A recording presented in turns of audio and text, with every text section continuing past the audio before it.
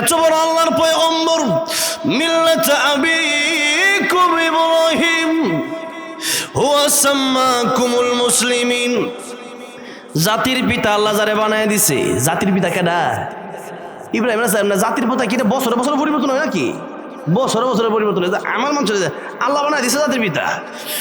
সে ইব্রাহিম আলাইহিস সালামকে আগুনের ভেতরে যখন ফেলে দেওয়া হবে, জিবরাইল আমিন আলাইহিস সালাম এসে বললেন, পয়গম্বর ইব্রাহিম, ওগো আল্লাহর পয়গম্বর, আপনি আমাকে বলেন, আমি আপনার আগুন থেকে বাঁচিয়ে দিব। পয়গম্বর ইব্রাহিম খলিলুল্লাহ ডেকে বলছেন, জিবরাইল, তুমি আমার আগুন থেকে বাঁচাবা কেন? আমি যে আল্লাহর ইবাদত করি, যে আল্লাহরে আমি ভালোবাসি, যে আল্লাহর প্রতি আমি ঈমান এনেছি, সেই আল্লাহ কি অন্ধ? সেই আল্লাহ কি আমার দেখে না? আর আল্লাহ যদি আমি ইব্রাহিম আগুনে পড়লে ওইটা যদি আল্লাহ দেখেই থাকে, আল্লাহ যদি আমি ইব্রাহিম আগুনের ভিতরে চলার কারণে আমার আল্লাহ যদি খুশি হয়ে যায়, আমি ইব্রাহিম ওই আল্লাহর খুশির জন্য একবার দুইবার নয়, আমি ইব্রাহিম আল্লাহর খুশির জন্য 1000 বার আগুনের ভিতরে জ্বলতে রাজি আছি। আল্লাহু আকবার। যে মাত্র আগুনের ভিতরে ফেলে দেওয়া হবে, আল্লাহ ডেকে বললেন, ইয়া নারু কুনি বারদান ওয়া সালামান আলা ইব্রাহিম। আমার ইব্রাহিমের জন্য বারদান শুধু ঠান্ডা না, সালামান একসাথে। বারদান ওয়া সালামা, আরামদায়ক ঠান্ডা। আমার ইব্রাহিমের জন্য তুমি আগুন তুমি হয়ে যাও। যেই মাত্র আল্লাহ বলছে আগুন তুমি আরামদায়ক ঠান্ডা হয়ে যাও, ইব্রাহিম আলাইহিস সালামকে আগুনের ভিতরে ফেলার সাথে সাথে আগুনটা ফুলের বাগান হয়ে গেছে। আল্লাহু আকবার। আগুন ফুলের বাগান হয়ে গেছে। পয়গম্বর ইব্রাহিম 40 দিন সে আগুনের ভিতরে ছিলেন।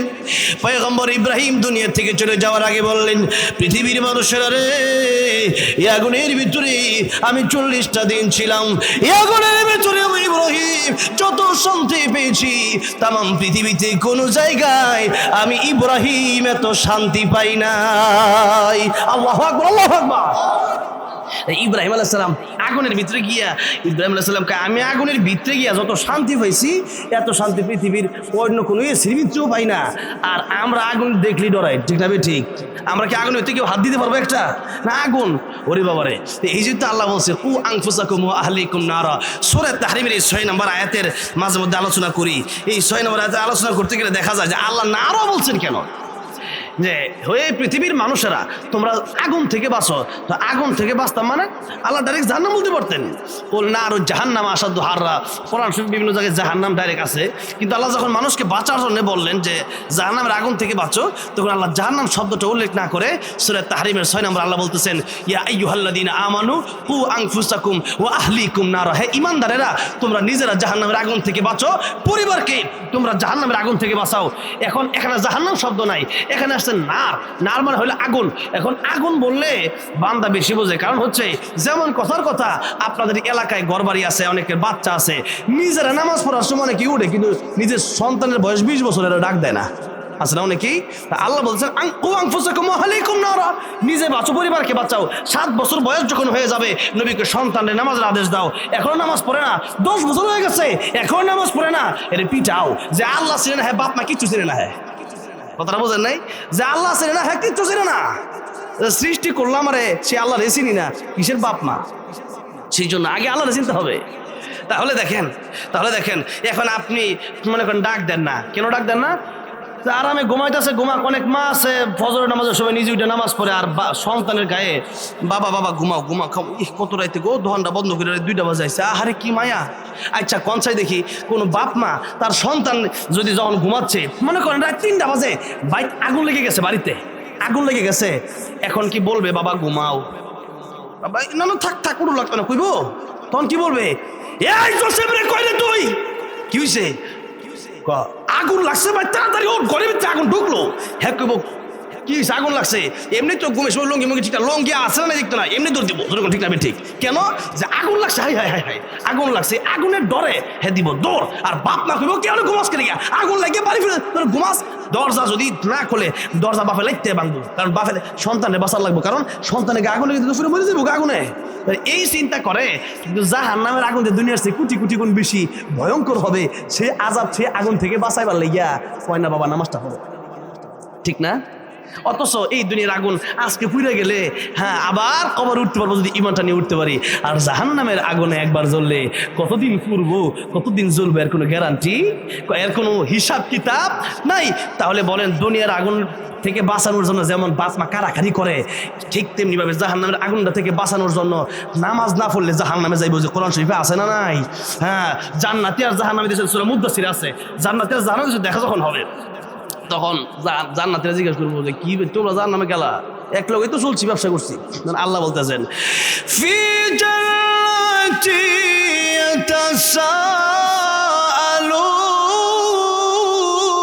ইয়াতাসাআলুন আনিল মুজরিমিনা মা সালাকাকুম ফি সাকার ক্বালু লাম নাকু মিনাল মুসাল্লিন।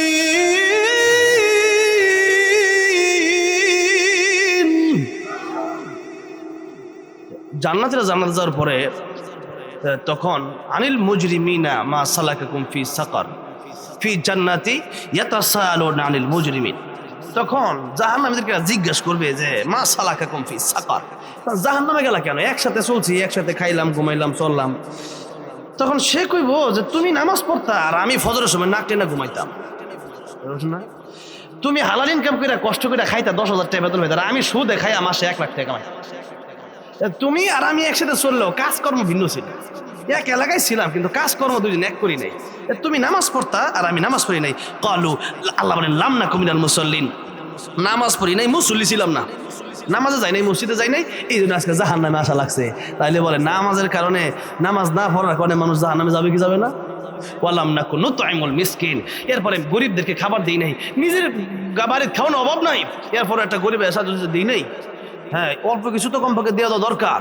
এরপরে চিন্তা হ্যাঁ না দিলে কি দিছি না, ধমক করে ফাটা দিছি। তো এই জন্য ওয়াম্মা সাইলা ফালা তানহা, ধমক দিয়ে না। সকালবেলার ধনী তুমি ফকির, সন্ধ্যাবেলা একসময় আপনি ফকির হয়ে যেতে পারেন। এই জন্য আল্লাহ সেদিন তো আল্লাহ কত ধন সম্পদ দিয়েছি, কিন্তু মিসকিনরে খাবার দেয় না, গরিব মানুষের তাকাইয়াও দেখি নাই। এর ভাই আমি খাই 20 পদ্মা ইফতার, আর আমার পাশের ভাই পান্তাবাদ খোঁজ নেই নেই। এরপরে ও কুন্না নাহুদু মাআল খাইদিন, যে ও হয়তো আড্ডা সমালোচনা গীবত ওইলে এনকে আমি হাজিরা ছিলাম আগে, দেখা গেছে যে সায়ের আড্ডায় বইয়া হ্যাঁ বালানা, আব্দুর রহমান বালানা, আব্দুর রহিম বালানা, আব্দুল খালেক বালানা, হ্যাঁ জসিম সাহেব বালানা, খাইরুল ভাই বালানা, নাম কুয়া কুয়া হ্যাঁ লোকটা খুব সুবিধা না, এই লোকটা যেটা পিটানি দরকার এই সেই, কিন্তু নিজের আমলের বেলায় একবারে শূন্য, নিজের বেলায় জিরো। নিজে নামাজ পড়তাম না, নিজেও ঠিকই সবলটা হল্লা করতাম, আবার আরেকজন নিয়ে সমালোচনা করতাম। এই জন্য এই গীবত সমালোচনা এইগুলার করার কারণে আজকে জাহান্নামে আসা লাগলো। আর 4 নম্বর কারণ আল্লাহ কওয়া কুন্না নুকাযযিবু বিয়াউমিদ্দিন, আর কিয়ামতের ব্যাপারে অস্বীকার করতাম। আর কিয়ামত যে হইব, কেউ যদি 5,000 টাকা পায়, যদি কয়ে ভাই 5,000 টাকা পায় একটু দিয়ে দেন, তা আমনে কোন মিয়া তোমার টাকা নিয়ে কি মরে গেছি নাকি মিয়া, 2 দিন হবে টাকা চাও, ঠিক আছে না দিলে নাই, কিয়ামতের দিন তোমার লগে আমার দেওয়া হইব। কেমন একটু মানে অবজ্ঞা করে, অবহেলা করে, বাঁকা নজরে করা হোক তোমার কেমন, পরের দেয় পরেরটা পরে দেয়, মরার পরেরটা মরার পরে, মরার পরেরটা বলে মরার পরে, মরার পরেরটা মরার পরে না আগে। ফামান ইয়ামাল মিসকালা যাররাতিন খায়রান ইয়ারা ওয়া মান ইয়ামাল মিসকালা যাররাতিন শাররান ইয়ারা। এই সূরাকে মানে সূরাতুল জিলজাল, এই সূরাকে সূরাতুল জামিআ বলা হয়। সূরাটা কি বলা হয়? সূরাতুল জামিআ। 2টা আয়াত, মানে এক ব্যক্তি আল্লাহ নবীর কাছে এসে কয় ইয়া রাসূলুল্লাহ আমার একটু কোরআন শরীফ পড়ান, আমি পড়বো। আল্লাহ নবী কয় তুমি আলিফ লাম রা বিশিষ্ট 3টা সূরা পড়ো। এই লোক কয় ইয়া রাসূলুল্লাহ আমার বয়স বেশি, জিহ্বা ভারী, কলব আমার শক্ত, ইয়া রাসূলুল্লাহ আমি এত বড় সূরা কঠিন হয়ে যাবে। নবী কয় তুমি হামিম বিশিষ্ট 3খানা সূরা পড়ো। কয় ইয়া রাসূলুল্লাহ এই তো বড় বড় সূরা, এগুলো যেগুলো হামিম আলিফ এগুলো বড় বড় সূরা। তো ইয়া রাসূলুল্লাহ আমি তো এটাও তো কষ্ট।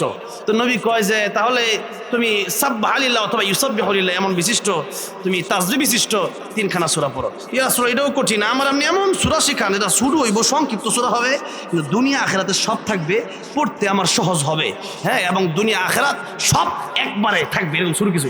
তো নবী কয় তুমি সূরা জিলজাল পড়ো, সূরা জিল ইযা জুজিলাতিল আরদু জিলজালাহা, যখন এই পৃথিবী কাঁপবেলা যখন কাঁপাবে, যখন প্রচন্ড ভূমিকম্প পৃথিবী, ভূমিকম্পের কথা আল্লাহ আগে কোরআনে কয়ে দিছে।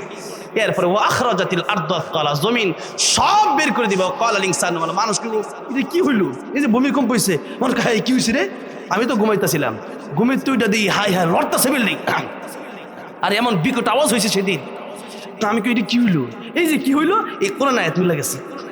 এরপরে দেখি এক দোকান থেকে এক বেড়া তার সন্তানটা রাইখা, সিসি ক্যামেরার ভিডিও ফুটেজ ভাইরাল হয়েছে, তার সন্তানটা রাইখা দৌড় দিছে, দেখছেন অনেকেই হয়তো এই ভিডিওটা, হ্যাঁ, সন্তানটা রাইখা সে দৌড় দিছে।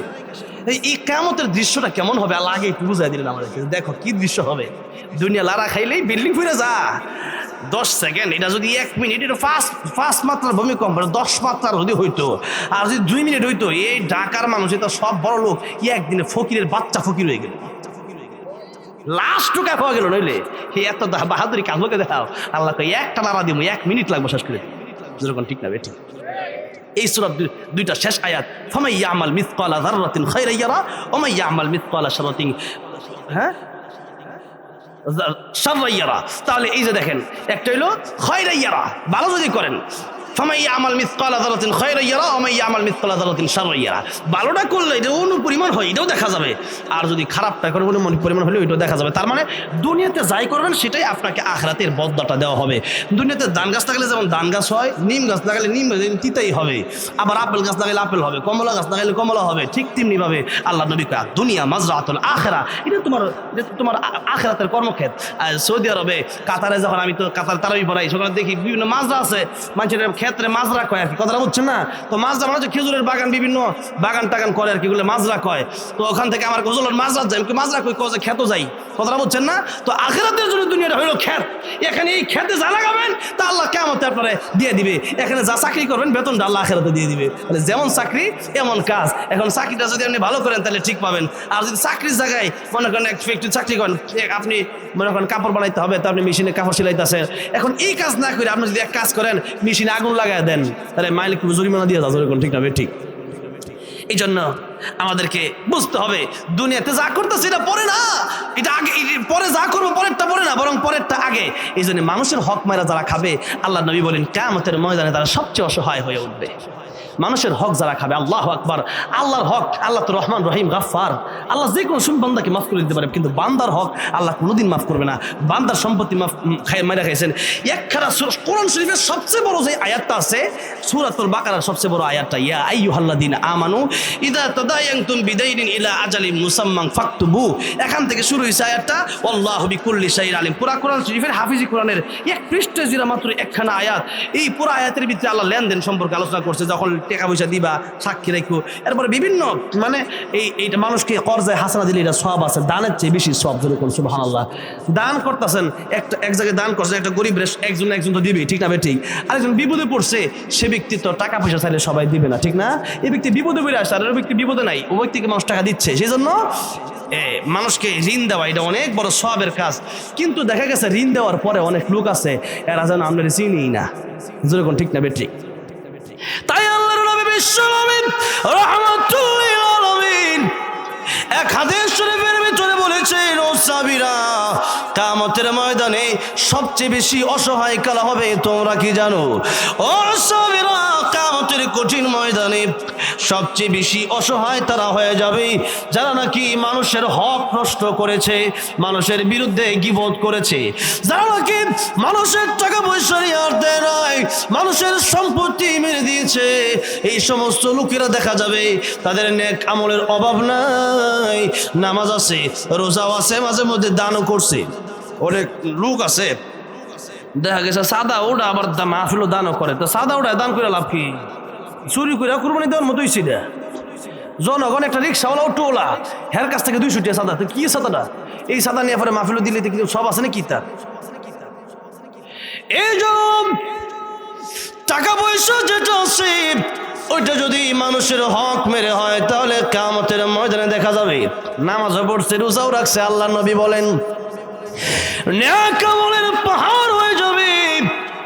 এই নেক আমলের এত পাহাড়, এত বেশি নেক আমল, এরপরেও নেক আমল দিয়া কোনো কাজে আসবে না। যেই মাত্র নেক আমল বেশি হয়ে যাবে, এমন সময় একজন লোক আইসা বলবে 3 কাঠা জায়গা আমার মাইরা আমার জমি ছিল, আর হ্যাঁ নাম লেখা উকিল 2 নম্বর পুলিশ ধরে আমার জায়গাটা লেখা নিছে। এই তো সমাজ ঘটনা নাই। একবার কয় কাঠা 10 কাঠা না কয় কাঠা জমি, এক স্যার আমার মাদ্রাসার এক শিক্ষক আমার কয় যে হুজুর ভাই একটা কি বিপদ পড়ছে, 10 কাঠা না কয় কাঠা জায়গা, আমাদের জায়গা নেই। ভাই আমরা এই লোক আসলে ভালো আলেম মানুষ, মিথ্যা কথা বলে না, আমাদের জায়গাটা হ্যাঁ নিতেছে, মানে হ্যাঁ নামে লিখে নিছে। তো এখন কথা হইলো যে দিতেছে না। তো এরপরে আবার দেখা গেছে যে ভাই বড় ভাই ছোট ভাই দেখা গেছে কি রাস্তার লগে, এটা আমার পরিবারের ঘটনা কইতাছি, আমার পরিবারের ঘটনা। বড় ভাই কি করছে, দেখা গেছে যে রাস্তার লগে বালা জমিটা যেটা ফ্যাক্টরির সামনে, এটা আমার যারা নিয়ে হাইরা আমার বাপরে দিছে যে যা দাম কমিতা। কথাটা বুঝছেন না, যে একটা জমি রাস্তার লগে এটার দাম হলো 20 লাখ টাকা, আর যেটা খ্যাত জীবনে কুত্তা বিড়াইও জানা এই আমার 2 লাখ টাকা কিনবা না হিতা জায়গা, যখন ঠিক না ঠিক সেই জায়গা দিয়ে দিচ্ছে কি লিগা নে, কারণ এই লোকে জুলুম করা হয়েছে। বরং জায়গাটা এভাবে ভাগ করতে হবে, ভাগ করার সময় জায়গাটার দাম বুঝতে ওইভাবে ভাগ করা দরকার। যদি বিচ্ছিটটাই যে তাহলে কিছু টাকা পয়সা আমি ওষুধ করে পরে দিয়ে দেন, তাহলে আপনি কি সিস্টেম করতেছেন এগুলা, যে আমি বড় হয়েছি যে ছোট ভাইয়ের উপরে আমি জুলুম করবো, অথবা ভাই হইলাম বুন্ডে আল্লাহর দেওয়া সম্পত্তিটা আমি দিলাম না, কেন আপনি দিবেন না? এই সম্পত্তির ভাগ আল্লাহ করছেন, আপনি বাবা হয়েছেন, আপনি কইলেন যে বড় ছেলে তোমার সম্পত্তি আমি দিয়ে দিলাম, আর মারে তুই আমার মেয়ে তুই যে আমার বাড়িতে যাইবি তাহলে দোয়া করে দিলাম না। এই সিস্টেম আল্লাহ আপনার দেয় নাই। দোয়া তো বাপ মা ছেলে লেগে করবো, মেয়ের লেগেও করবো, সবাই লেগেই করবো। এমন তো না যে ছেলে লেগে জমি দিব আর মেয়ের দোয়া করবো, তার মানে বোঝা গেল দোয়াটা খুব সস্তা। তাহলে দেখেন কারো হক যদি কেউ নষ্ট করে কিয়ামতের মাঠে সে উঠবে, আর তার আমল নামা অনেক বেশি থাকলেও যার হক যে যার পাওনা দেয় না সে ব্যক্তি এসে ধরবে যে আল্লাহ আমার জমিটা ঠিক মতো আগে, আল্লাহ 10,000 টাকা পাইতাম, আল্লাহ এর কাছে চাইতে জুতা তোলা ক্ষয় করে লাইছি, মোবাইল ফোন নাম্বার ব্লক মেরে দিচ্ছে, এরপর আমার টাকাটা দেয় নাই। আল্লাহ কইব আজকে এই কিয়ামতের ময়দানে টিহা দিবা কইতে, সোনালী ব্যাংক টিহা জমা রাখতা, যার দাস বাংলা ব্যাংক রাখতা, আর আলা রাফা ব্যাংক এইটা কিচ্ছু ব্যাংক নাই, তামা জমিন খালি তামা, আজকার কিচ্ছু নাই, কি দিবা? আল্লাহ টিহা তো নাই, কাপড় তো নাই, উলঙ্গ হয়ে উঠবে, তো ব্যাংক থাকবো কইতে, দুনিয়া সব পাহাড় সব তোলার মতো উঠবো, তো ব্যাংক থাকবো কই? বিল্ডিং সব তস্ত গোড়া বালু হয়ে যাবো, তো এখন কিচ্ছু নাই। আল্লাহ টিহা দেবো কইতে, আল্লাহ কবে টিহা দেবো লাগতো না, নামাজ তো মাঝে ভরটা দানও করতা করছি, তো দানও করছে, আবার বেটার টেহাও মেরেছে, হি বেটার টেহা দেওয়া দরকার আছে, হি বেটার টেহা না দিয়ে এটা দান করছো লাভ কি? তাইলে আজকে কি করবা, ওই যে সব হয়েছে এই সব তারা দিয়ে তার গুণা তুমি লো দেখ। তো সব দিতে এক সময় আল্লাহ নবী বলেন এই বেটা এমন বিপদে পড়বে যারা মানুষের হক নষ্ট করে। মানুষের হক কত জঘন্য, হকুল ইবাদ, যে এরপরে বলবে যে আল্লাহ, আরেকজন এসে বলবে আল্লাহ আমি 5,000 পাই। তো যারা টাকা পয়সা দেয় না মানছে তারা কিন্তু 1-2 জনের টাকা পায় এরকম না, এর কাছে দেখবেন 100, 200, 500 বহুত লোক টাকা পায়, যেরকম ঠিক না বেটি, কেউ টাকা দেয় না। তো এই যে দেখেন এখন আল্লাহ আমিও পাই, আল্লাহ আমি এরকম করতে হতে অসংখ্য লোক দিতে সব নাকি শেষ। এবার কি হবে, আল্লাহ নবীকে এবার তো সব নাকি শেষ, আর কিছু লুকাইব আমার বিরুদ্ধে গীবত করছে, গীবত করলে গুনাহটা কি, ওয়ালা ইয়াগতাব বা'দুকুম বা'দা, আরেকজনের সমালোচনা করো না, তাহলে কি লস? আল্লাহ নবী কয় তোমার গুনাহ, তোমার নেক আমলটা তুমি যদি গীবত করো তারা দিয়ে দিতে পার, তার গুনাহটা তোমার নিয়া তুমি গীবত করার কারণে তোমার জাহান্নামে যাওয়া লাগবে। তাহলে গীবত করলে মাইনছে আমার বিরুদ্ধে কথা কইলে দরকার নাই, হ্যাঁ মাইনছে আমি তো বলতে পারে, কিন্তু আমার কথা হইলো যে আমার বিরুদ্ধে বলুক আর না বলুক, আমার বিরুদ্ধে যত বলবে তত আমার লাভ। ইমাম সুফিয়ান সাউরি অনেক বড় আল্লাহর ওলি ছিলেন, ইমাম সুফিয়ান সাউরি রহমাতুল্লাহি আলাইহি একদিন তার খাদেমকে ডেকে বলেন, খাদেম এদিকে আসো। খাদেমকে হুজুর জি কি দরকার? হুজুর কয় নাও কিছু হাদিয়া। ঠিক আছে, তোমার লাগে না, কার লাগিয়া? যেই লোক আমার বিরুদ্ধে গীবত করে হেলে গিয়া, কথাটা বলছেন না? তা আমার বিরুদ্ধে একটা লোক আছে এলাকায়, এই লোকটা আমার বিরুদ্ধে খুব সমালোচনা করে, আমি নাকি খারাপ এই খুব বলে, এরা কি হাদিয়াটা দিয়ে আসো। খাদেম নাকি বলে হুজুর এত হাদিয়া আমার না আপনি দিবেন, তারে কেন আপনি দিলেন? ইমাম সুফিয়ান সাউরি রহমাতুল্লাহি আলাইহি ডেকে বললেন, খাদেম শোনো, এই টাকা পয়সা তোমারে কেন আমি দেব? তুমি তো এত বড় উপকার আমারে করো নাই, যে উপকার ওই ব্যক্তি আমারে করছে আমার বিরুদ্ধে সমালোচনা করিয়া। কারণ হচ্ছে একটু বলছে ইউহিব্বু আহাদুকুম আইয়াকুলা লাহমা আখিহি মাইতা, আয়ুহিব্বু আহাদুকুম, তোমাদের মধ্যে এমনটা কি পছন্দ করে যে আইয়াকুলা লাহমা আখিহি মাইতা, তোমাদের মরা ভাইয়ের গোশত তোমরা খাবা? মরা মানুষের গোশত কেউ কেউ খায়, এটা কি মানুষ অপছন্দ করে না? এটা খারাপ কাজ, ঘৃণিত কাজ। তা আল্লাহ ফাকারিহ তুমু, তোমরা গিবত করাটা কেউ আমার পছন্দ, তোমরা যেন অপছন্দ করো মরা মানুষের গোশত খাওয়া, গিবতটা কেউ এরকম অপছন্দ করি। কারণ গিবত একজন মানুষ আরেকজন মানুষের বিরুদ্ধে গিবত করার কারণে তার কবরে সবচেয়ে ভয়ঙ্কর আযাব হয়। আরেকখানা হাদিস কই আপনাদের সামনে, কষ্ট হইতেছে আপনাদের? আল্লাহ নবী বলেন, আমি দুইটা, আল্লাহ নবী একবার দুইটা কবরের পাশে দিয়ে যাচ্ছেন, দুইটা কবরের পাশে দিয়ে। কয়টা কবর? দুইটা কবর। আল্লাহ নবী বলেন, সাহাবীরা, এই দুইটা কবরে আযাব হয়। ও সাহাবীরা, একটা কবরে আযাব হয় এই কারণেই, একজন ছিল চগলখোর, একজনের কথা আরেকজনে লাগাই দেয়, এরপরে ঝগড়া লাগাই এলাকাতে একটা মারামারি লাগাই দেয়, যেরকম ঠিক না ঠিক? এমন কিছু লোক সমাজে থাকে, এই জন্য কবরে সবচেয়ে ভয়ঙ্কর আযাব হবে। আল্লাহর নবী বিশ্বনবী রাহমাতুল লিল আলামিন আরেকটা কবরের আযাবের কথা উল্লেখ করতে গিয়ে বললেন, ও সাহাবীরা, আরেকটা কবরে আযাব হয় এই কারণে, প্রস্রাবের সিটা থেকে, অথবা এটা হচ্ছে দুইটা হতে পারে, যে একটা হচ্ছে যে প্রস্রাব করার পরে ঢিলা কুলুপ নেয় নাই, কথাটা বোঝেন নাই? পুরুষ পেশাব করার পরে 1 মিনিট 1.5 মিনিট 2 মিনিট তার পেশাব পড়তে থাকে, এরপরও সে টিস্যুটা পকেটে টিস্যু রাখলো অথবা ঢিলা কুলুপ সে নিল না, ঠিক মতো পানি খরচ, এই নাপাকি অবস্থা অনেকে নামাজও পড়ে, কথাটা বোঝেন নাই? তো সেই জন্য এই নাপাক, শরীর পাক, কাপড় ফাঁক, নামাজের জায়গা ফাঁক, তারপর শরীর তো ফাঁক নাই, কাপড়ও ফাঁক নাই, তো নামাজটা পড়তেছেন কেমন আমরা? তো সেই জন্য এই যে আপনি নাপাকি হয়ে গেলেন, নাপাক থেকে বাঁচতে পারেন না, পস্তাবেন, অথবা পেশাব যখন করতেছেন পেশাবের সিটা অনেক সময় ঠ্যাঙ্গে অথবা কাপড়ে লাগে, বিভিন্ন জায়গায় বেঁধে, অনেক সময় দেখা যায় একজন রাস্তা মধ্যে বয়ে বসেন বিভিন্ন জায়গায়, তো শক্ত মাটি, তো আপনি এখানে এই প্রস্রাব করতেন, এই সিটাগুলো আবার আপনার কাপড়ে আপনার পায়ে এসে লাগতেছে। নবী বলেন, এই ঢিলা কুলুপ না নেওয়ার কারণে আর এই যে প্রস্রাবের সিটা থেকে না বাঁচা, এক কথায় নাপাকি থেকে নিজেকে হেফাজত, নিজের পাক পবিত্র না থাকার কারণে কবরের সবচেয়ে ভয়ঙ্কর আযাবের ভিতরে এই কবরে এই একটা কবর আযাব হচ্ছে সবচেয়ে ভয়ঙ্কর আযাব, যে কবরের এই লোকটা যে নাপাকি থেকে সে বাঁচত না। তাহলে বলেন, আল্লাহ নবী বলতেছেন হাদিসের ভিতরে যে এই বিষয়টা সে খুবই হালকা মনে করতো, কিন্তু কবরের আযাবটা খুবই ভয়ঙ্কর। তাহলে পেশাব করার পর ঢিলা কুলুপ নেওয়ার দরকার আছে না নাই? আজকে থেকে নিবেন তো ইনশাল্লাহ। এটা কার কতক্ষণ পেশাব বের হয় এটা আপনারা নিজেরাই জানেন, এক একজন 30 সেকেন্ড, কারো 1 মিনিট 2 মিনিটও হতে পারে। এই বিষয়টা আপনি যদি নর্মাল ছেড়ে দেন, নবী করে তোমরা নর্মালে ছেড়ে দিতে পারো, স্বাভাবিক মনে করতে পারো, কিন্তু কবরের আযাবটা কিন্তু সবচেয়ে ভয়ঙ্কর হবে। আরেকটা হচ্ছে চুগলখড়ি করা, কারণে একজনের কথা আরেকজনের কাছে, হের কথা আরেকজনের কাছে, তার কথা আরেকজনের একটা ফেতনা তৈরি করে দেওয়া, এই কারণে নবী বলেন 2 কবরের আযাব হয়। তাহলে মানুষের গীবত এটা করাও মানুষের হক নষ্ট করা, আরেকজনের সমালোচনা, আরেকজনকে মানকে ক্ষুণ্ণ করা, আরেকজনের ইজ্জত সম্মান নষ্ট করা, এটাও হচ্ছে মানুষের হক নষ্ট করা, এটাও মানুষের কি নষ্ট করা? বলেন, মানুষের হক আর জীবনে নষ্ট করা যাবে? যাবে না। আচ্ছা, যাই হোক, এইগুলো আলোচনা করতে গিয়ে লম্বা সময়, যে আয়াত পড়ছে সেদিকে যাইতে পারতেছি না আজকে, আর কে লিগে জানি আলোচনাটা করতে মন যেতে বেশি কষ্ট দিতে আপনাদের। আচ্ছা, যাই হোক, এবার আসেন সূরা তাহা থেকে আপনাদের সামনে একখানা আয়াতে কারিমা তিলাওয়াত করছে। আল্লাহ পাক এই আয়াতে কারিমার মধ্যে কি বলছে, এই আয়াতকে লক্ষ্য করে সব আলোচনা, আসলে একদিন দুনিয়া থাকবে না, এই বিষয় নিয়ে আলোচনা, পরকাল নিয়ে আলোচনা। সেই জন্য আল্লাহ রাব্বুল আলামিন এই আয়াতের ভিতরে বলতেছেন, ইন্নাস সাআতা আতিয়াতুন আকাদু উখফিহা লিতুজজা কুল্লু নাফসিন বিমা তাসআ। আল্লাহ বলতেছেন, ইন্নাস সাআতা আতিয়াতুন, সা মানে হলো কিয়ামত, কিয়ামত আসবে। আরে আকাদু উখফি, আমি আল্লাহ কিয়ামতকে গোপন করে রেখে দিলাম। কেন? লিতুজজা কুল্লু নাফসিন বিমা তাসআ, আমি আল্লাহ একদিন এই কিয়ামত কায়েম করে পৃথিবীর প্রত্যেকটা নফসের বদলা, তার জাযা, কে ভালো করলো এইটার বদলা দিমু, আর কে খারাপ করলো এইটার বদলা আমি আল্লাহ দিমু, এই দেওয়ার জন্য। কারণ দুনিয়ায় থাকা অবস্থায় প্রত্যেকের পাওনাটা ঠিক মতো পায় না, জুলুমের কারণে পায় না, লাঠিয়াল বাহিনীর কারণে পায় না, হ্যাঁ, কালো টাকার কারণে পায় না। যেমন এক বেটা বিদেশ যাইব, কথা এই আলহামদুলিল্লাহ এই পোস্টে দেখলাম অনেক ভাইয়ার আমার প্রবাস জীবনটা অনেক কষ্টের জীবন, কথাটা বুঝতে পারছেন। অনেক বিল্ডিং, অনেক সৌন্দর্য আছে, কিন্তু এখানে মায়া মোহাব্বত ভালোবাসা বলতে এরকম কিচ্ছু নাই।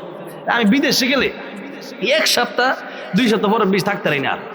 মালয়েশিয়া গেছিলাম কয়দিন আগে, আমি গেছি 1 সপ্তাহ টিকিট কেটে, পরে ফিরতি টিকিট কাটছি শ্রীলঙ্কাতে। তো সেখানে যাওয়ার পরে মালয়েশিয়া 3 দিন থেকে থাকতাম না, শ্রীলঙ্কা গেছি 1 দিন থেকে ভালো দূর, পরে গেছি মালদ্বীপ কিন্তু 1 দিন পরে ভালো লাগে না বিদেশে, এত কষ্টের জায়গা। এখানে যারা থাকে অবশ্যই নিশ্চয়ই আপনাদের কারণে, এলাকার মানুষ, নিজের পরিবারের কারণে তারা গেছে, ঠিক না? অনেক কষ্ট তারা থাকে, এটা দুনিয়ার একটা কবর এই প্রবাসটা। তো এই জন্য আমার প্রবাসী ভাইয়ের জন্য আপনারা দোয়া করুন বেশি বেশি। তাদের রেমিটেন্সের কারণে আজকে বাংলাদেশে তো উন্নত হচ্ছে, কথাটা বুঝতে পারে। তার রেমিটেন্স না বাড়াইলে সরকার মরকারিতে অবস্থা খুব খারাপ হয়ে যেত, কথাটা বোঝেন নাই? তো আল্লাহ রাব্বুল আলামিন প্রবাসী ভাইদেরকে যেন ভালো রাখেন, তাদের সমস্ত বিপদ বালা মুসিবত থেকে আল্লাহ রাব্বুল আলামিন হেফাজত করেন, জোরে করেন আমিন। তো যেই কথা বুঝাতে চাইছিলাম আর কি, যে একজন বিদেশে যাবে, প্রবাসে যাইব, এখন 10 লাখ টাকা দালালরে দিছে, কথাটা বুঝেন নাই? এক দেশে যাইতে লাগে 2 লাখ টাকা, এরপরে নেয় কয় লাখ, 10 লাখ। কেমনে? আমি এবারকে ডাইরেক্ট সচক্ষে দেখতেছি দালালদেরকে, কেমনে কি আমরা কি করেন এগুলা। আরে কাতারে গেছি এক জায়গায় গিয়া পরে কইতাছে যে এই লোক আজকে কুটি বুঝতেছেন কেমনে, কই একটা ছোট্ট খাট্ট বিষয় মানুষ বিপদে পড়ছে, এখন বিপদের সময় এটা 5,000 টাকা হইলে সারাই দেউন যায়, হেলাকার লোকের সম্পর্ক আছে কয়ে দিলেই কাজটা শেষ হয়ে যায়। বিষয়টা বিদেশ থেকে সে দেশে যাইতে পারে, বিদেশ থেকে বিদেশে আইসে কাজও পায় না, আবার দেশে যে যাইবো এই ব্যবস্থাটাও করে না, একামা দেয় না। এই যে দেয় না, এখন দেখা গেছে যে এই বেড়াটা বিপদে পড়ে রয়েছে বিদেশে আইসে। এখন এই বিদেশে আসার কারণে এখন দেখা গেছে যে একটা কাজ করতে একটু কুয়ে দিলেই হয় তার যে বড় সিনিয়র যে আছে, কিন্তু এই কথার একটা কথা কোয়ার লাগিয়া হেই বেড়াটা মনে করেন যে 2 লাখ টাকা, হ্যাঁ 8 লাখ টাকা, এই 10 লাখ টাকা নিলোগা। চিন্তা করেন এরকম দালাল, এখন দেখেন এরকম দালাল তো বাংলাদেশেও আছে, কথাটা বুঝছেন না? তো 10 লাখ টাকা নেওয়ার পরে আপনার টেহাটাও দেয় না, বিদেশেও লয়ে জানা, এরকম কিছু লোক আছে না?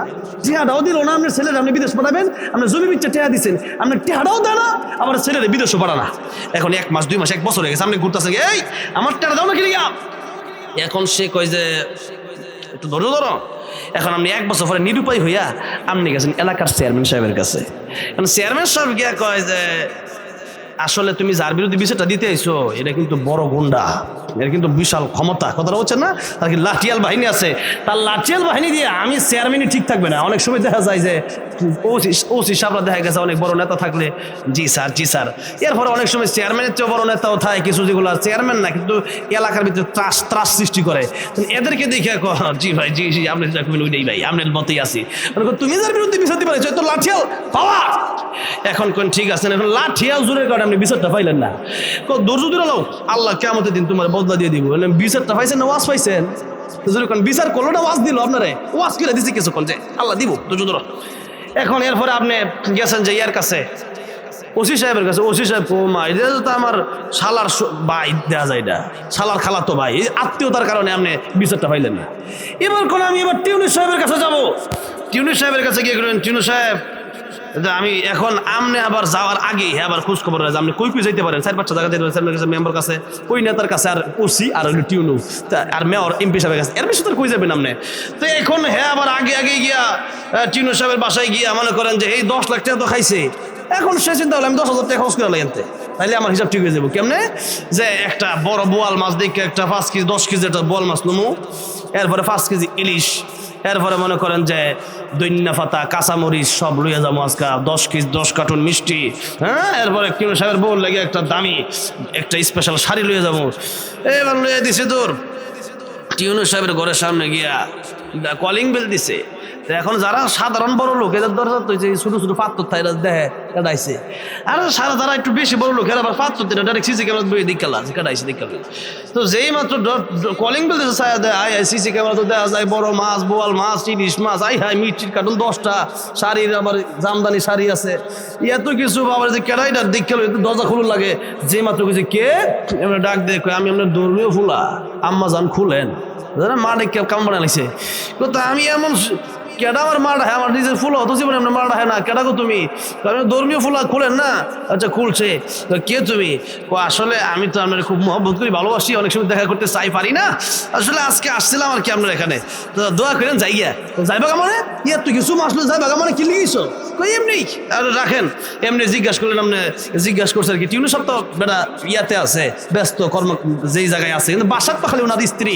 এখন ওনার স্ত্রী কয় যে আসছো বাবা না খেয়ে যাইবা গা, তুমি ওর এত ভালোবাসলা। না আম্মা জান, আপনি আমার আম্মা জান, আম্মা ডাকছে যেহেতু আজকেও আইসি, সামনেও আমু, কথাটা বলছে না, যেই মাত্র কইছে ওটা হইলে খুশি।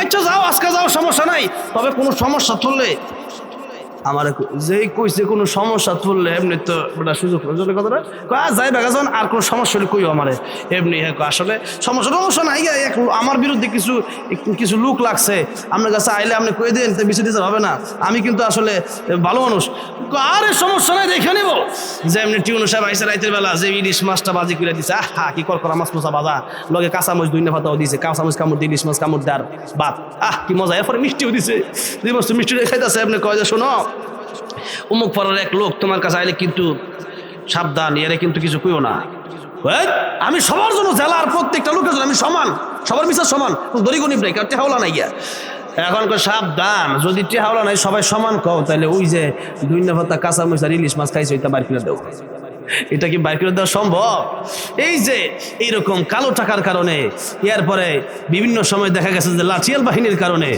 বিচার সঠিক বিচার গরিবে দেশ থেকে দেশে ঘুরে সঠিক টেহাটাও পায় না বিচারও পায় না ওয়াজ পায় বিচার পায় আল্লাহ বলেন না কিয়ামতের ময়দানে আমি আল্লাহ রাব্বুল আলামিন প্রত্যেকের উত্তম বদলা দিয়ে দেব প্রত্যেকের বদলা আমি আল্লাহ রাব্বুল আলামিন দিয়ে দেব এই গরিবের বিচার দুনিয়াতে না হতে পারে আখিরাতে বিচারটা ঠিকই হবে ইনসাফের বিচার হবে এখন আল্লাহ রাব্বুল আলামিন বলেন এই কিয়ামতটা যে আমি কায়েম করব এই পৃথিবীতে আমি বাইঙ্গা শেষ করে ধ্বংস করে দেব এরপরে আরেকটা কিয়ামত কায়েম করব জান্নাত আর জাহান্নাম এই দুইটা দলে আমি মানুষকে বিভক্ত করব এখন নবী এই ওয়াজটা মানুষের সামনে করেন যে পৃথিবীর মানুষেরা তোমাদের হিসাবে কিন্তু দেওয়া লাগবে একদিন কিয়ামতের ময়দানটা কায়েম হবে তোমরা ভালো হয়ে যাও এখন কাফের বেঈমানেরা কয় যে কিয়ামত কবে হবে না হবে কিয়ামত এগুলা তো হইতেও পারে না হইতে পারে আবার একজন কিয়ামত হবে এত সহজ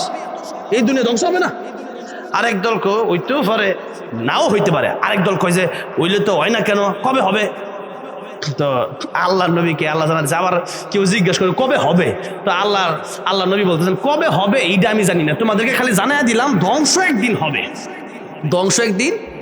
কদের যা আশরাত আল্লাহ শর্ত কিছু আলামত দিয়ে দিচ্ছে এই আলামত অনুযায়ী ধ্বংস হবে একদিন কিন্তু এই পৃথিবী যে ধ্বংস হবে এটা কবে হবে এটা আল্লাহ নবীকে আমি জানি ইয়াসআলুনাকা আনিস-সাআতি আইয়ানা মুরসাহা ফীমা আনতা মিন যিকরাহা ইলা রাব্বিকা মুনতাহা নবী আপনার কাছে কিয়ামত সম্পর্কে প্রশ্ন করেছে কবে হবে এটা আপনি কয়ে দেন যে কিয়ামত কবে হবে এটা আমি জানি না এটা আল্লাহ জানে আর আল্লাহ এর ফরক আপনি কি আল্লাহ নবীকে ইন্নামা আনতা মুনদিরু মান ইয়াখশা কিয়ামতের ব্যাপারে যারা ভয় পায় তাদেরকে ভয় দেখানো হলো আমার কাজ যে জাহান্নামের ভয় জাহান্নামে যেতে হবে যদি বদ আমল করো আল্লাহকে না চিনো আর আল্লাহ চিনো জান্নাতে যাবে জান্নাতের আশা দেখানো জাহান্নামের ভয় দেখানো এটা আমি নবীর কাজ কিয়ামত কবে হবে এটা আল্লাহ আমার জানা নেই কিয়ামত দুই প্রকার জোরে বলেন কিয়ামত কয় প্রকার একটা হইলো কিয়ামতে সুগরা আর একটা হইলো কিয়ামতে কুবরা এই কিয়ামত সুগরা মানে হচ্ছে ছোট কিয়ামত আর ব্যক্তিগত কিয়ামত আর কুবরা মানে হচ্ছে বড় কিয়ামত যেটা একবারে পৃথিবী যেদিন ধ্বংস হয়ে যাবে ইসরাফিল ফুৎকার মাধ্যমে সেদিন এই পৃথিবী মানে একবারে চিরদিনের কিয়ামতে কুবরা সব শেষ হয়ে যাবে আর ছোট কিয়ামত মানে হচ্ছে একটা হাদিস শরীফের মাধ্যমে এই ছোট কিয়ামতটা আগে বুঝালেই এরপরে বড় কিয়ামত বলে ওয়াসা শেষ করে দেবো ইনশাআল্লাহ ছোট কিয়ামত নবী বলেন মান মাতা ফাকাদ কামাত কিয়ামাতুহু ছোট কিয়ামত হইলে মানুষ যখন মারা যায় তখন তার ব্যক্তিগত কিয়ামত শুরু হয়ে যায় মানুষ যখন কি হয় মানুষ যখন মারা যায় এখন আপনি মারা যাওয়ার সাথে সাথে আপনার মৃত্যুর ফেরেশতা যখন আসবে তখন থেকে এই দুনিয়ার আপনি যদি ভালো করে থাকেন ফেরেশতা ভালোভাবে আসবে আপনার জান সুন্দরভাবে কবজ করবে হ্যাঁ আপনি সুন্দরভাবে যাবেন এরপরে কবরে গিয়া তিনটা প্রশ্ন উত্তর দিয়ে আরামে ঘুমাবেন আল কবরু রাউযাতুম মিন রিয়াজিল জান্নাহ আও হুফরাতুম মিন হুফারিন নার কবর কারোর জন্য জান্নাতের বাগান কারোর জন্য জাহান্নামের গর্ত এখন নেক আমল ভালো থাকলেই তো জান্নাতের বাগান হবে আর যদি বদ আমল সারা জীবন কইরা জান্নাত খুঁজেন তাহলে তো আর পাবেন না সেই জন্য আখিরাত অনেক দূরে না আল্লাহ বলেন মরণ তো কিয়ামত শুরু হয়ে গেল মৃত্যুর সাথে সাথে ব্যক্তিগত কিয়ামত শুরু হয়ে যায় কবরে রাখার সাথে সাথে আল্লাহর নবী বিশ্ব নবী বলেন ও দুনিয়ার মানুষেরা মানুষ 40 কদম যেতে যতক্ষণ সময় লাগে এর মধ্যেই দুজন ফেরেশতা চলে আসে আর উঠে বসে জিজ্ঞাসা করা হয় মান রাব্বুকা ওয়া মা দীনুকা ওয়া মান হাযার রাজুল আল্লাযী বুইসা ফীকুম রবের পরিচয় দাও ধর্মের পরিচয় দাও অনেকে আমাদেরকে ধর্মান্ধ তো ধর্মান্ধ মানে কি যে কারা কয় যারা রাজনীতি করে একসময় কয় হেরা খালি ধর্মলে ফুরে থাকে আর কিচ্ছু বুঝে না। তো রাজনীতি ধর্মলে আমরা ফুরে থাকতাম কি লিখে? ধর্মলেই তো আসলে ফুরে থাকবো আমরা, কারণ ধর্ম ছাড়া কবরে গিয়ে জিগাইতো না যে তুমি কি এই একবারে মনে করো যে কত কি করছো জীবনে, এমপি হয়েছো মন্ত্রী হয়েছো কিনা, জিজ্ঞাসা করবো তোমার ধর্মটা কি ছিল, যেরকম ঠিক না ঠিক ধর্মটা ঠিকভাবে পালন করছো কিনা। এরপরে নবী চেহারা জিজ্ঞেস করবো দেখাই আছে, দেখো তো চিনো কিনা। এই প্রশ্নের উত্তর দিতে পারলে এরপরে কবরটা জান্নাতের, আল্লাহকে জান্নাতের বিছানা বিছাইয়া দাও, জান্নাতের পোশাক পরায় দাও। আল্লাহু আকবার, কি শান্তি আর শান্তি, এমন ঘুম আর ঘুম।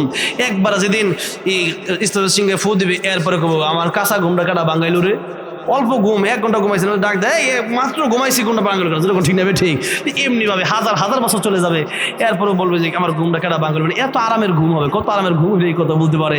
তাহলে দেখেন নবী বলেন তোমার মৃত্যুর সাথে সাথে তোমার কিয়ামতটা শুরু হয়ে যাবে। আর কিয়ামত যে 2 প্রকার, এই 2 কিয়ামত মানে কার মৃত্যু কোন দিন হবে এটাও আল্লাহ ছাড়া কেউ জানে না। কেউ জানে? আচ্ছা বলেন তো, আমার মৃত্যুটা কবে হবে এটা কি আমি জানি? আপনার মৃত্যুটা কবে হবে এটা কি আপনি জানেন? এটা জানেন না। এখন আল্লাহ রাব্বুল আলামিন এটা জানায় নাই কেন? আল্লাহ রাব্বুল আলামিন মানুষের মৃত্যুর কথা জানালেন না। এই মানুষের মৃত্যুর কথা জানায় দিলেই একটা বিপদ দুনিয়াতে, আরেকটা বিপদ আখেরাতে। একটা বিপদ দুনিয়াতে, মানুষ যদি মরার কথাটা যায় না যায় যে কালকে আমার মরণটা হবে, মনে করেন 2025 সালে নভেম্বরের 24 তারিখ আজকে আপনি জানলেন যে আমার মরণটা 2027 সালে হবে, আর 1 বছর আমি বাঁচবো, আপনি কি করবেন? যত উল্টা পাল্টা আছে সব কুইরা রাখি, 1 বছর 2027 সালে যারা শুরু হইব, এখন মসজিদে ঢুক মার জীবনে বাড়িতাম না, যেরকম ঠিক না বেঠিক। কেন? যে আল্লাহ তো কইছে মৃত্যুর 1 মিনিট আগে তওবা করলো তওবা কবুল, তাহলে আমি তওবা করি আল্লাহ ইল্লা মান তাবা ওয়া আমানা ওয়া আমিলা সলিহা। তো তওবা যদি করে ফেলে নেক আমল যদি কেউ করে, তাহলে ফাউলাইকা ইউবাদদিলুল্লাহু সাইয়্যাতিহিম হাসানাত। আল্লাহ কয় যে আমি যত গুনাহ ছিল ওইটারও আমি নেক দিয়ে পরিবর্তন করে দিই। সুবহানাল্লাহ। তাহলে তওবা করবেন তো এই টাঙ্গাইলে কালে দেখ মাহফিল আসছিলাম, পরে এই মূর্খ, এই যে লতিফ সিদ্দিকী মন্ত্রী ছিল আগে, এমন মূর্খ এর মতো বেয়াদব নাস্তিক, প্রচন্ড রকম নাস্তিক এই ব্যক্তিটা।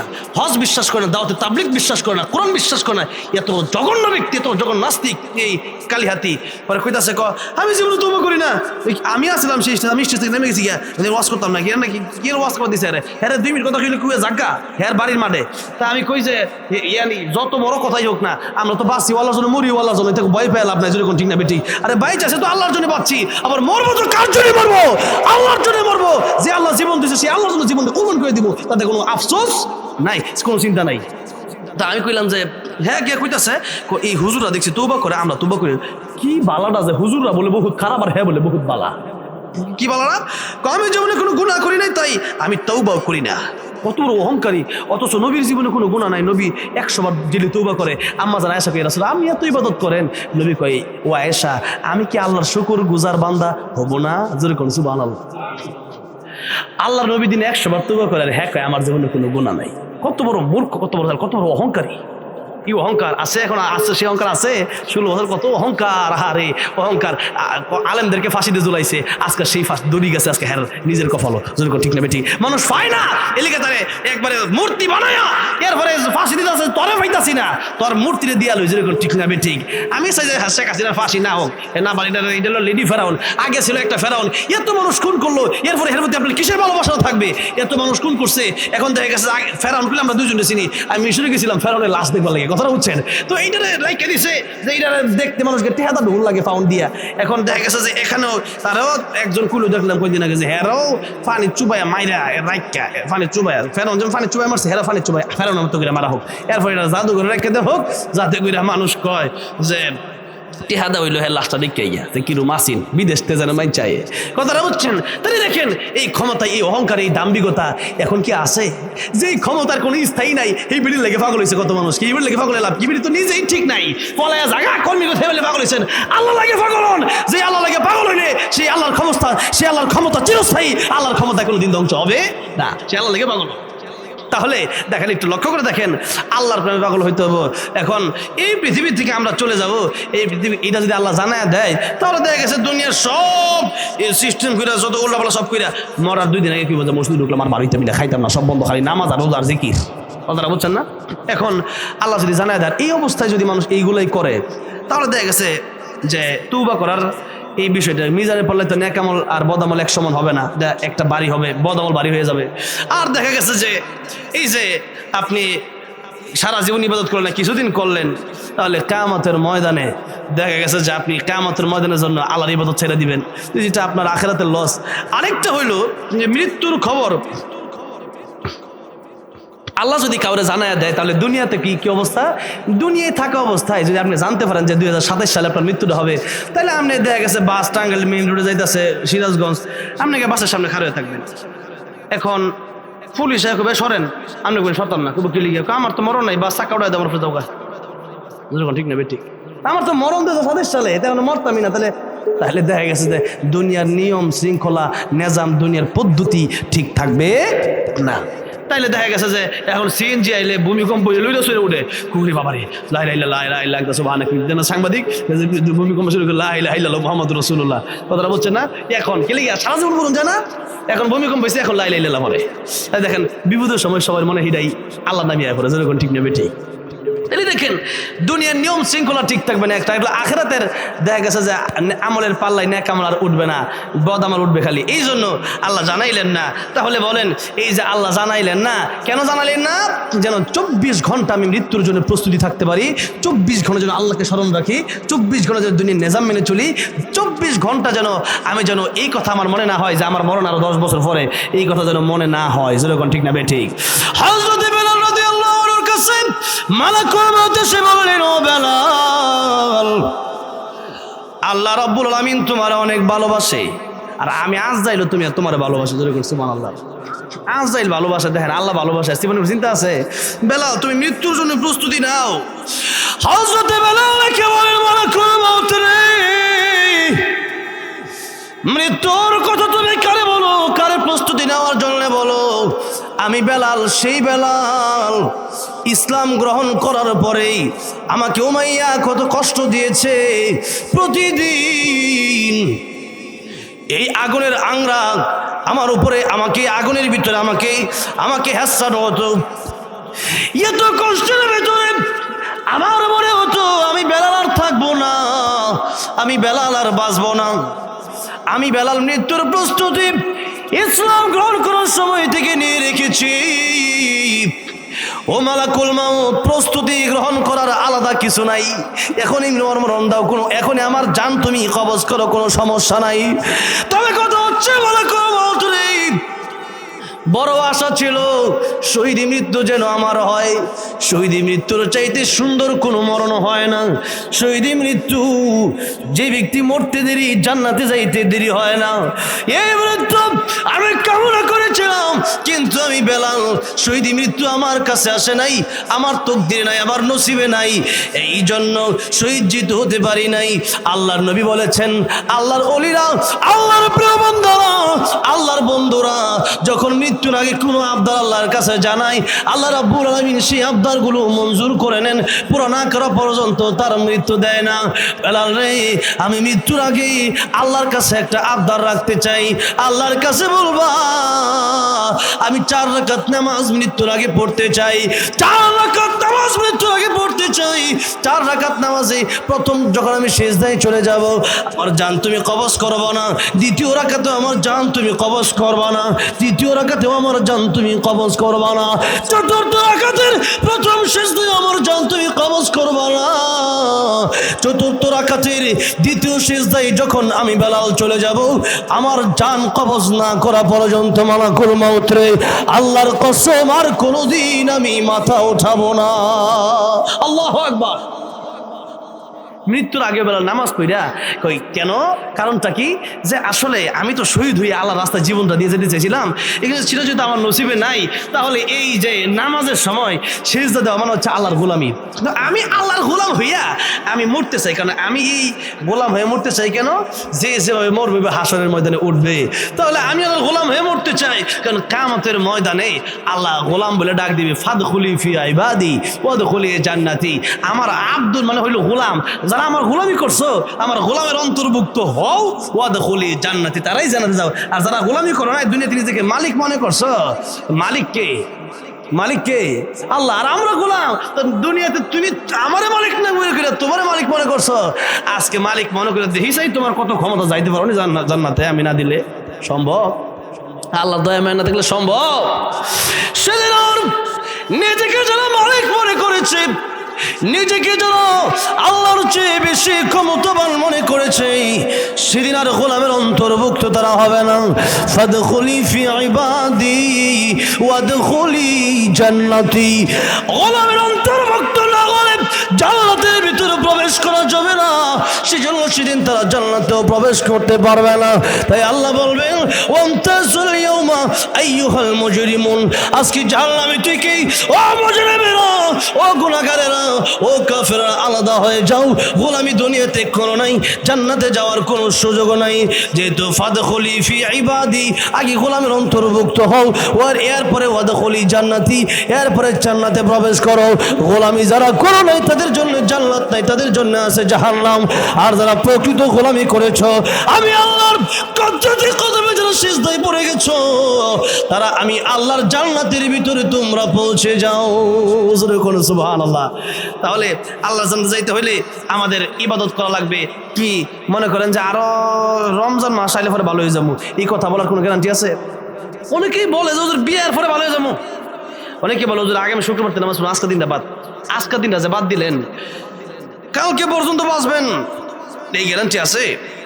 ফিরোজ শাহ গান গাইতে 1 মিনিটের নাই ভরসা, সাঙ্গ হবে রং তামাশা, দম ফুরাইলে বন্ধু চক্ষু বুঝিলে, গান গাইতে গাইতে স্টেজে খাইতে হয়ে গেছে, গান গাইতে গাইতে স্টেজে মরে গেছে। তাহলে আমি ওয়াজ করতে করতে না মরে যেতে যেরকম ঠিক না বেটি, যে কোনো সময় মালাকুল মউত আইতে হয়। মনে করেন যে কখনো কেউ ঢাকা গেছেন, এখন ঢাকা কমলাপুর থেকে অনেকের বাড়ি ময়মনসিংহ, তো টাঙ্গাইল তো আপনার কাছাকাছি বাসেই যান, তো অথবা কারো বাড়ি যদি থাকে কোনো রেল স্টেশনে, এখন আপনি গিয়ে খারইছেন টিকিট কেটে ব্যাগ টেক লইয়া, এমনি দেখেন এক বন্ধুর সাথে দেখা, বন্ধু কই যাবে, ময়মনসিংহ যাবো, বাড়ি ময়মনসিংহ। তা আপনি কইলেন ঠিক আছে বন্ধু তুমি এতদিন পর আইসো, এখন বন্ধু কইছে এতদিন পর আইসো, ট্রেন কখন আইব, ট্রেন আইব কখন খবর নাই, গিয়া খবর নাই, মানে ট্রেন কোন সময় এক ট্রেন আইব 1টা বাজে, 3টা 4টা বাজে, তো এখন কি করা যায়? বন্ধু লোক ঘুরে গিয়ে একটু, এখন আপনার কমলাপুর তো লয়ে গেছে এই যাত্রাবাড়ির দিকে গেছে, ঘুরবার লেগে লয়ে গেছে আপনার, কয়া যায় বন্ধু ল মিষ্টি খাই, যে এখন কাছাকাছি কমলাপুর থেকে আবার ট্রেনের হরেন তো শোনা যায় আর কি, তো সেই মাত্র আপনার লয়ে গেছে যাত্রাবাড়ির কাছাকাছি, আপনি ট্রেনের হরেনে শুনলেন, এখন আমি কই আর ট্রেন কই, এখন তো ট্রেনটা পাইতাম না, আমি ট্রেনটা মিস করে এলাম, এখন হতাশ হয়ে আরে 2 ঘন্টা পরে এলাম, কি লিখে মিষ্টি খাইবার লেগে আমি আইছিলাম, ট্রেনটা আড়াল এলাম, যেরকম ঠিক না আমি ঠিক ঠিক মালাকুল মউত আজরাইলের গাড়ি যে কোনো সময় চলে আসতে পারে। এটা এমন নয় যে আপনার ইচ্ছা মতো মালাকুল মউত আসবেই, বরং মালাকুল মউত যখন সময় হয়ে যাবে, ইদা জাআ আজালুহুম লা ইস্তাখিরুনা সাআতান ওয়া লা ইস্তাকদিমুন, মালাকুল মউত 1 সেকেন্ড আগেও আসবে না, 1 সেকেন্ড পরেও আসবে না, যে কোনো সময় আপনার মরণ হয়ে যেতে পারে। তাই আল্লাহ নবী বলেন 24 ঘন্টা মৃত্যুর জন্য প্রস্তুতি নিয়ে থাকো। এমন না যে রমজানে ভালো হবো, রমজান নাও পাইতে পারো, শুক্রবারে ভালো হবো, শুক্রবার নাও পাইতে পারো, বিয়ের পরে ভালো হবো, বিয়ের দিন তোমার মরণ হয়ে যেতে পারে। সেজন্য বিয়ের পরে ভালো হওয়ার সুযোগ নাই। ভালো যদি হতে হয় আগামীকাল থেকে নয়, বরং এখনই ভালো হইতে হবে, আজকে এই মুহূর্তে ভালো হইতে হবে, ঠিক না বেটি? কারণ আমার আপনার বয়স মনে করেন 60 বছর যার বয়স, এখন 60 বছর একদিন সে ব্যক্তি বাঁচবে, তো আর একটা দিন সে হায়াত পাইবে, আগামীকাল ঠিকই মালাকুল মউত চলে আসবে, যেরকম ঠিক না বেটি? তো আগামীকাল মালাকুল মউত আগামীকাল চলে আসবে, তাই আপনার সময় আছে আর একদিন। কিন্তু আপনি তো মনে মনে ভাবতেছেন যে আমি আর কত বছর বাঁচবো, পরে পরে তোবা টোবা করে ভালো হয়ে যাবো মনে, এই যে আপনি এই ধোঁকা, শয়তান এই ধোঁকা দেয়, আরো তো সময় আছে, তোবা করে পরে ভালো, পরে যে ভালো হয়ে যাবেন এই সুযোগটা আপনি পাইবেন কিনা সেটাই তো গ্যারান্টি নাই, জীবনের যেহেতু গ্যারান্টি নাই। আল্লাহ নবী কইছে সাহাবীরা তোমরা কতক্ষণ বাঁচতে পারো? সাহাবীরা কি রাসূলুল্লাহ 1 ওয়াক্ত নামাজ থেকে আসর বলে মাগরিব পর্যন্ত পারে কিনা জানি না, ইয়া রাসূলুল্লাহ আজকে বাঁচতেছি কালকে বাঁচে কিনা? নবী কয় আজকে কালকে। ও সাহাবা, আমি নবী রাহমাতুল লিল আলামিন, নবী আমি নবী, আল্লাহ হচ্ছেন সমস্ত জগতের রব, আর আমি আল্লাহ যত জগতের রব, আমি তত জগতের জন্য রহমত। ওমা আরসালনাকা ইল্লা রাহমাতাল লিল আলামিন। আল্লাহ যত জগতের জন্য রব, তত জগতের জন্য আমি নবী রহমত। সাহাবীরা রে, আমি নবী, আমার গায়ে মালাকুল মউত আজরাইল হাত দিতে হলে অনুমতির প্রয়োজন আছে। মালাকুল মউত আজরাইল যখন নবীর কাছে আইছিল, দরজার বাইরে থেকে অনুমতি নিছিল কি নাই? 3 বার নবীর কাছে অনুমতি নিছে মালাকুল মউত আজরাইল। আর গোলাম আহমদ কাদিয়ানী, এই বন্ডের বন্ড, এই খবিশের খবিশ, এ তো বাথরুম ফিরে মরছে, যেরকম ঠিক না মেট্রিক বাথরুমে যার মনে নবী দাবি করে মেট্রিক পরীক্ষায় 3 বার ফেল মারছে। আপনারা বুঝছেন না? আল্লাহ নবীরে দুনিয়ার নবীদের উস্তাদ কোনো মানুষ হতে পারে না, পারে? নবীদের উস্তাদ হবে স্বয়ং আল্লাহ। মানুষ যদি হয়ে যায়, মনে করেন যে ঈসা আলাইহিস সালাম রে ছোটবেলায় দেওয়া হয়েছে, হুজুরের কাছে যায়, হুজুরের পড়ান, পড় আলিফ। ঈসা আলাইহিস সালাম বলছে আলিফ না বোঝে আমি পড়বো না। হুজুর তুমি পারবে? আসলে আল্লাহ তো তার দিয়ে কোনো উস্তাদ বানাবেন না, নবীর উস্তাদ কেউ হতে পারবে না, নবীর উস্তাদ স্বয়ং আল্লাহ হবে।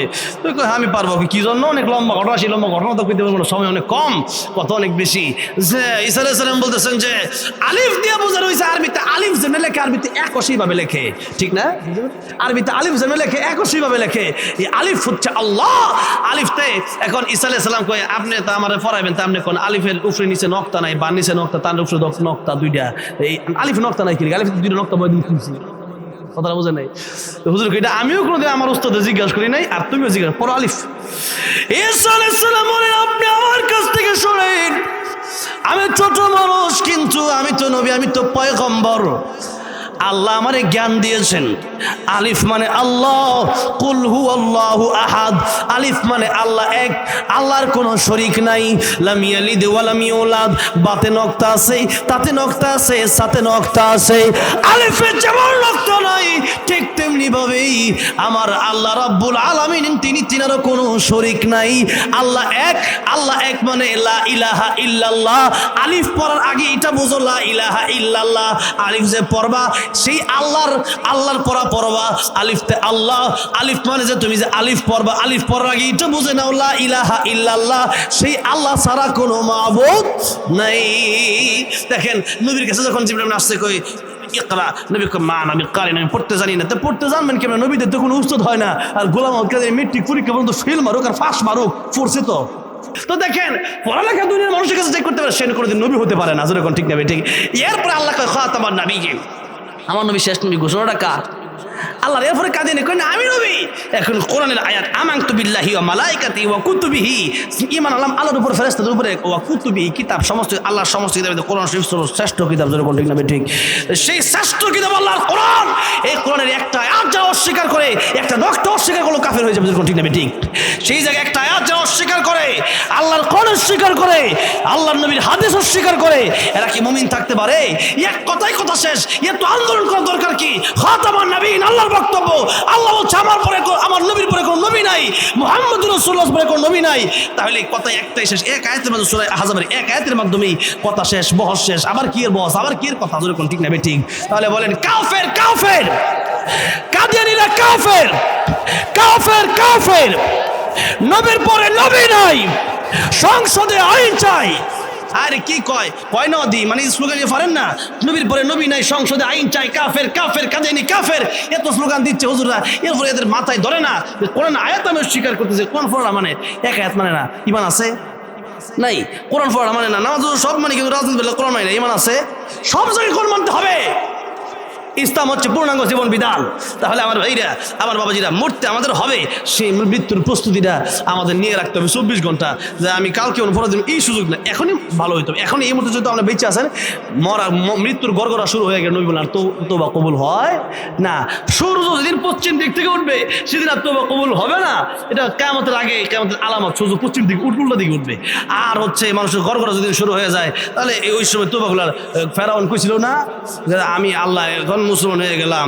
আল্লাহ কয় এখন ইমান আল্লাহ মুসা আলাইহিস সালাম ইমান আছে। আল্লাহ কয় আল আন, এখন ইমান আনছো, তুমি তার আমল তো করার সুযোগ নেই, ইমান লাভ নেই, যেরকম ঠিক না বে ঠিক। তাহলে দেখেন এই মৃত্যুর সময়টা আমাদের জন্য যে কোনো সময় মৃত্যু হইতে পারে। অ্যাক্সিডেন্ট হয়ে এখন আমি মরণ হয়ে যেতে পারে। দেখা গেছে যে একটু আমাদের এলাকাতে আজকে গাজীপুরে একজন মারা গেছে একটু আগে। দেখা গেছে যে লোকটা বাথরুম তো পারে বলে এমনি মরে গেছে, বুঝলেন? স্টক করে মরা, হঠাৎ করে মরে, যেটা কেমন একটা হঠাৎ করে মানুষ মরে যাবে, হঠাৎ করে এমনি মরে যাবে।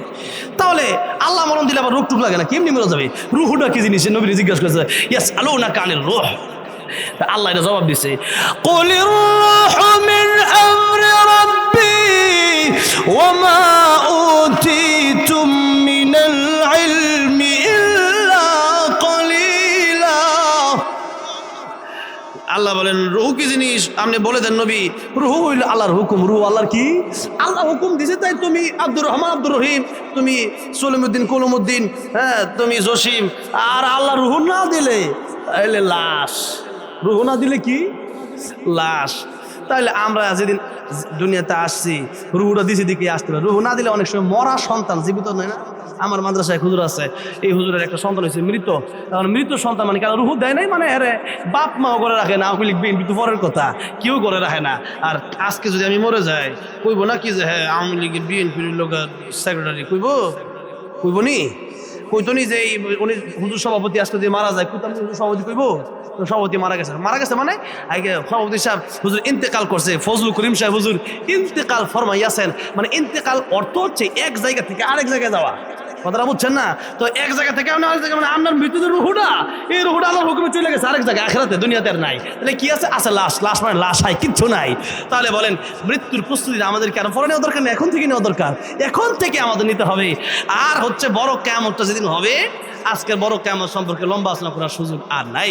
এটা আল্লাহ কাউকে জানাইছে না, তবে লম্বা এই বড় কিয়ামত এটা যেদিনে হোক না কেন নিজের ব্যক্তিগত কিয়ামতের চিন্তা আগে করতে হবে, যেহেতু মরণটা আমার কিয়ামতের আগেই। সেই জন্য মৃত্যুর আগেই আমাদের ভারত নবী কয় হায়াতাকা কবলা মাউতিক, মরণের আগে ভালো হও। মৃত্যুর পরে মানুষ আফসোস করবে, সেদিন আফসোস করে লাভ নাই।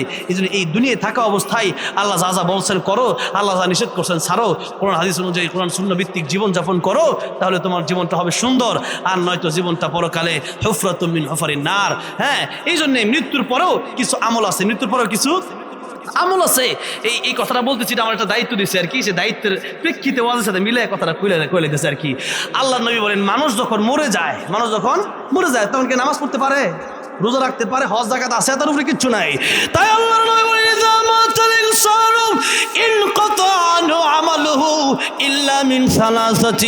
মানুষের মরণ যখন হয়ে যায় তখন মানুষের আমল করতে পারে না, তখন মানুষের আমল নামা আর যায় না, আমল নামা কাটা হয়ে যায়, তখন মানুষের ইবাদত করতে পারে না।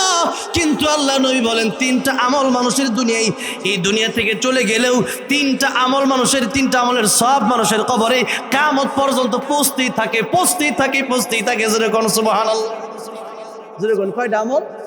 তিনটা। এক নম্বর নবীকে সদকায়ে জারিয়া, যেই সদকাটা করলে এই দুনিয়ায় সদকাটা করলে এটা জারি থাকবে, চলমান থাকবে।